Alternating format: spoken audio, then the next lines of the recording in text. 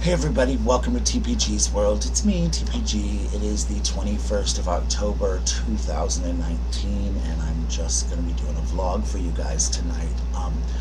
A lot has gone on. I did a vlog a couple of days ago, as you guys know, about what I answered the question of what I wanted for my birthday.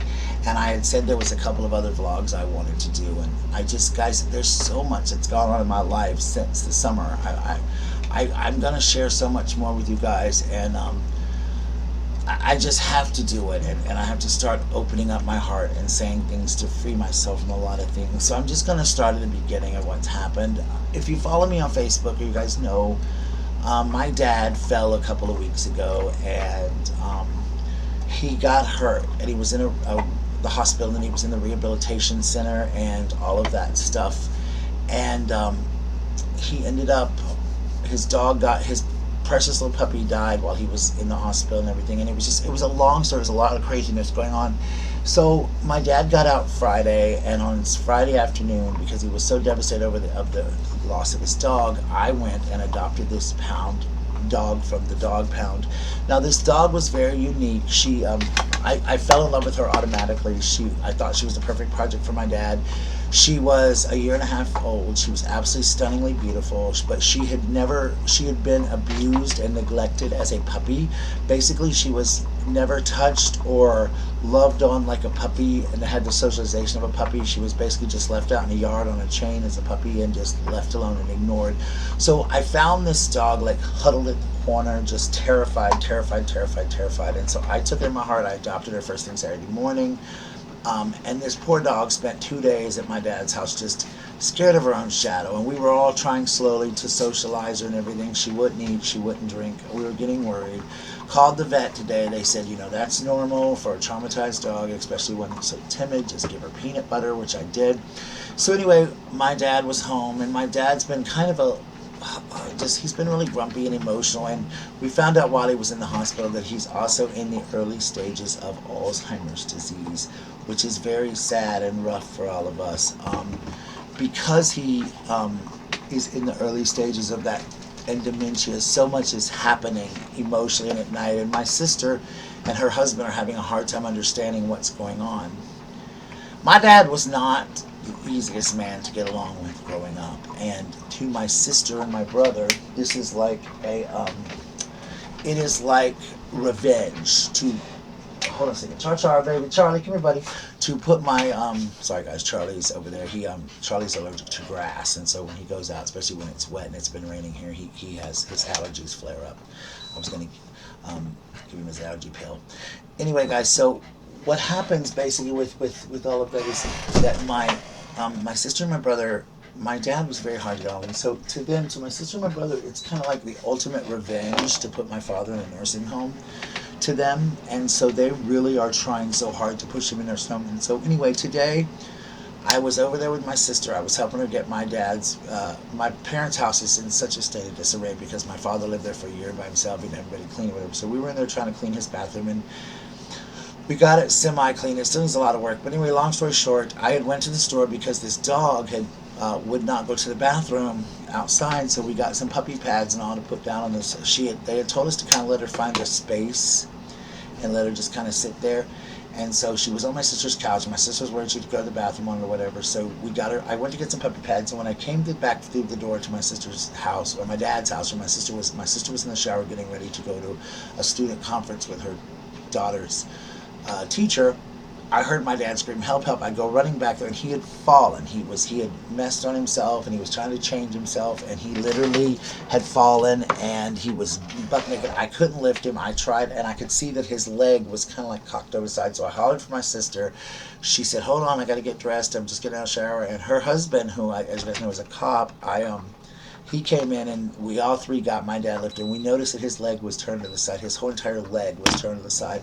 My sister said, "Oh God, he's broke his leg or he's broke a hip." And my dad is screaming how he's in such pain, and he's just, oh my God, it was so sad and pathetic. And so we realized, so we sit him down on like a settee thing that he has there, and we set him down on that, and we look, and his leg is turned to the side. So we immediately, now he's naked, we immediately call 911. We try to get one of his underwear on him. We couldn't get it to go up over his legs because he was screaming. We do manage to get a shirt on him, so the EMTs come. They take him out in an ambulance. He screamed. Took him forever to get him to get on the stretcher. He's screaming the whole way out. It was just a nightmare scene. Luckily, I didn't have school today because, as I explained in a video, we have teacher conferences and different things, different weather days, makeup weather days throughout the year, and this was a makeup day, and since we had not had to make up any weather, we get to have those time off. It's the way our schools work here in South Carolina. Anyway, long story short, my dad was, he broke his, so he goes to hospital by ambulance, and we also find out that we get there and they find out he broke his hip. They do x-rays, find he broke his hip. So he's having surgery first thing in the afternoon tomorrow. My heart is devastated. It's broken, guys. I don't know if you guys know this, and I don't talk a whole lot about it, but I try to always portray a strong person, but I go through a lot in life, and I have battled many things that I've not come out to you guys and talked about. Like, I had an eating disorder as a teenager. I battle depression. I battle a lot of different things. I go through manic depression, which is what I'm in now, where I buy crazy off-the-wall crap and just buy it for no reason at all. I have DVDs. I used to buy 2 of every DVD when I would get manic, and I go look at my shelf now, and I have DVDs that I bought last year that I haven't even opened yet just because I wanted to have them. So now I have a rule that I have to, if I have not seen it in the theater, or I have to rent it first before I buy it, just to keep myself from going through these manic phases. So I've been really struggling with my depression, and that's part of the reason that I have not really talked to you guys and made a lot of videos, because I didn't want to bring a lot of that to my videos. But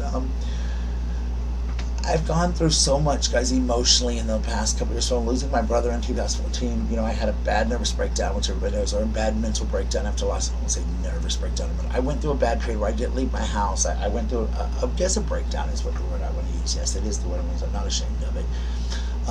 And I went through, and I became a stronger person. I lost my mom in 17, and I've just kind of started going down this thing. I've gone through addictions. I've gone through so much stuff, guys, and I'm going to start sharing that with you guys. But I want to talk a little bit about where I'm at now emotionally. People who suffer from manic depression have different phases. Some people go to bed. Some people eat things empty. I'm a stress eater, and I'm an eater when I'm sad or depressed. I've gained 58 pounds since I quit smoking, guys. I'm at the biggest I've ever been in my life. And from when I was a teenager, I battled bulimia. From the time I was a young boy until I was a teenager, up until like 18 years old, I battled an eating disorder called bulimia, even into my early 20s. I'll talk more about my side of that later, but at one point I was very thin, but when I would look in the mirror, I would see myself as a huge, like 600-pound man. So to see myself now, the way I look, I'm so ashamed of how big I am, and I feel fat, and I feel ugly, and I feel old, and and then I met Harrison, and he and I got along great, and then it was kind of like things just started going downhill, and of course I blame myself. I think, am I ugly, am I old, am I fat, what is it?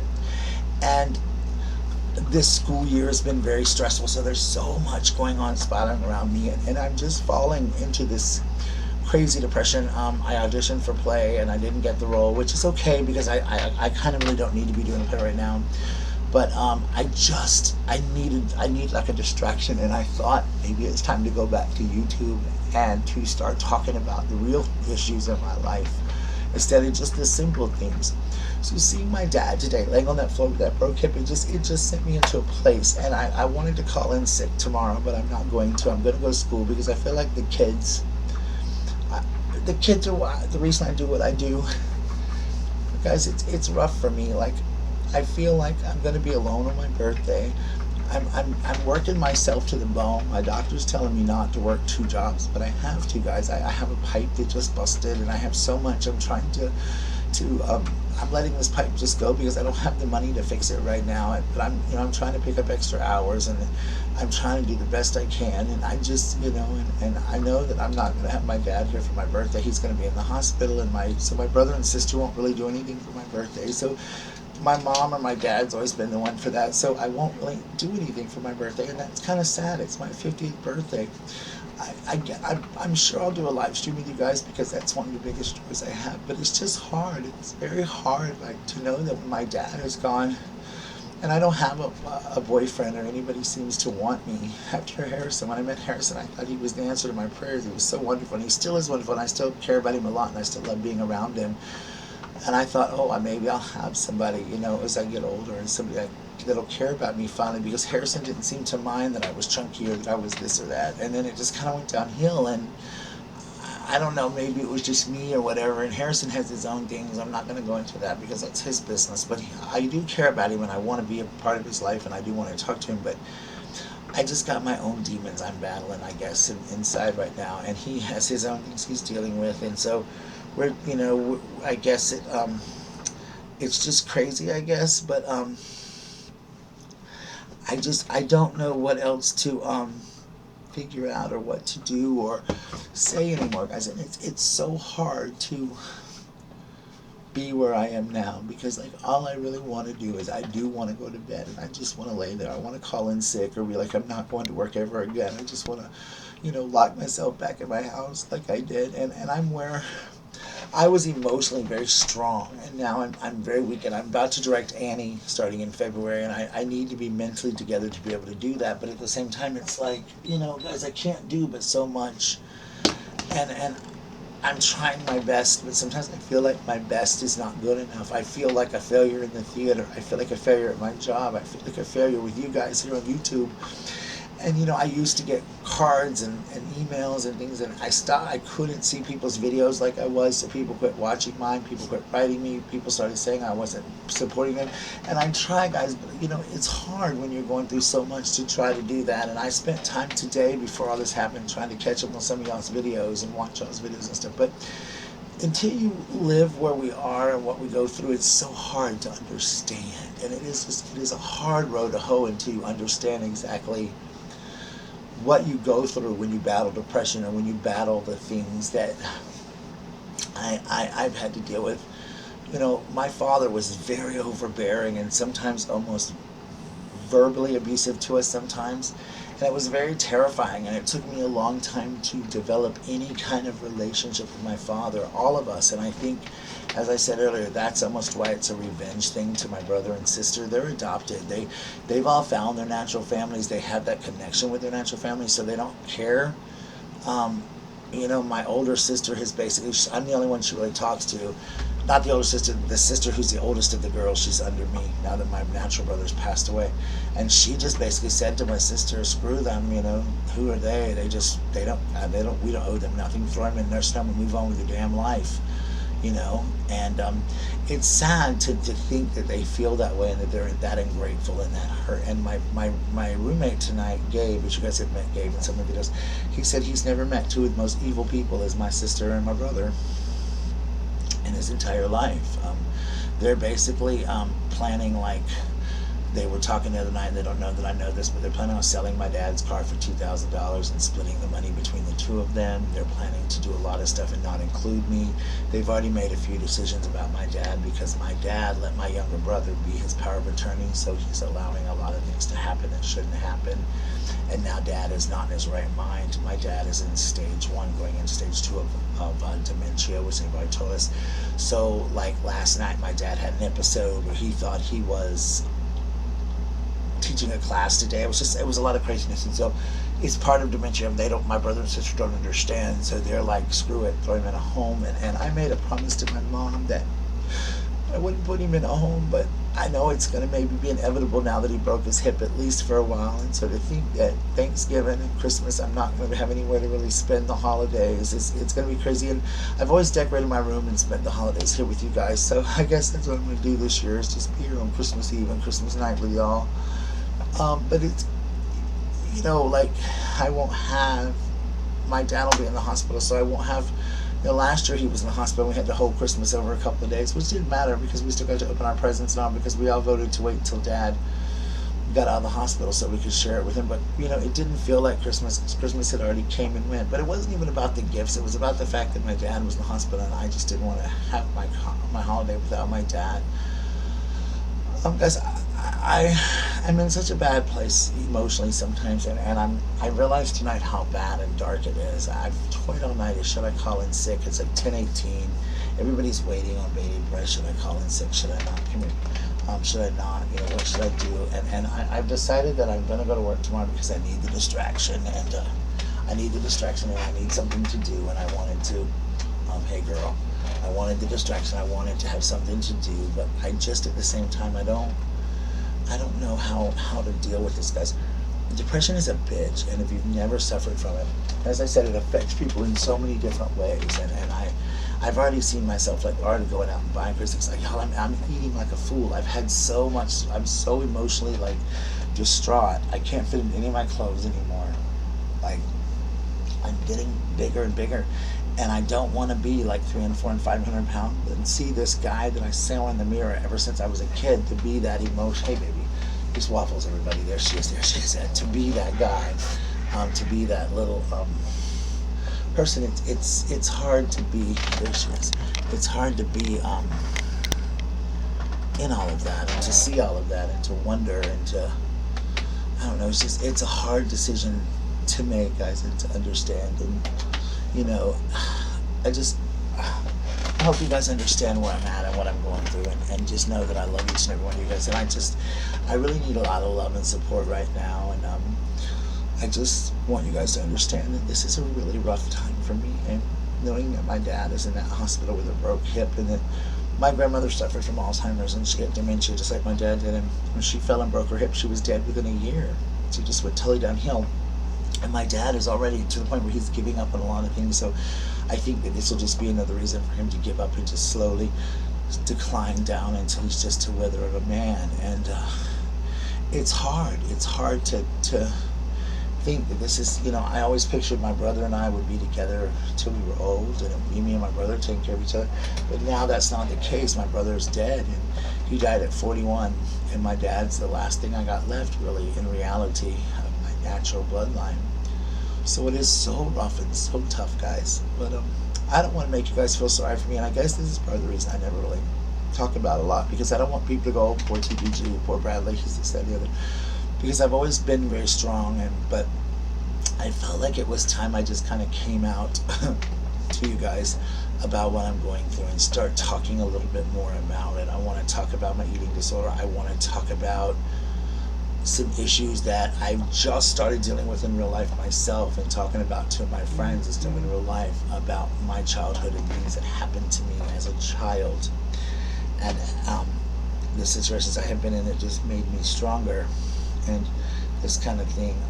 So anyway, guys, I'm gonna go because this video is almost 18 minutes long, and Lord, I just babbled on and kept you guys forever. But thank you so much to everyone who has reached out to me through Facebook and everything else. Oh, about the dog.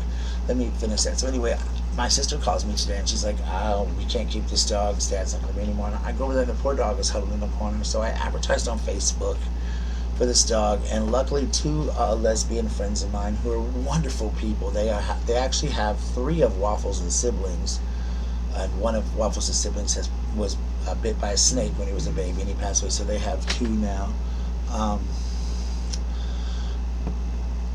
I said, basically was, they called me and said, we'll take this dog. And I was so relieved, because these women are just amazing with dogs, and they came and got her, and she had not eaten, like I said, and they texted me later and told me that she's already had a bowl of food, she's drank some water. She was really scared at first, but she seems to really be adjusting, and they really love her. And so I was very happy, and God really answered my prayers there. So thanks to these wonderful women who took this dog in, because I love them so much, and I know that she's going to have a great life with them. So thank you so much to these wonderful women who did take him in and did decide to give this dog a great life. And I explained to them what she'd been through, and they were just sympathetic, and they understood. So they're going to work really hard, and one of them doesn't work, so she's able to stay home and pet her and give her the love and support she needs. And they have kids for her to love, and other dogs. I think she's just going to have a wonderful, wonderful life. And that was my thing, is I didn't want to take that poor dog back to that pound. And you know, I said, I I didn't want to take her back to the pound, and all I could think about was her being huddled in that corner, scared to death, and I didn't want to take that baby back to the pound. So thank you, God, for allowing her to find a wonderful family that will love her and support her. I wish I could have, guys.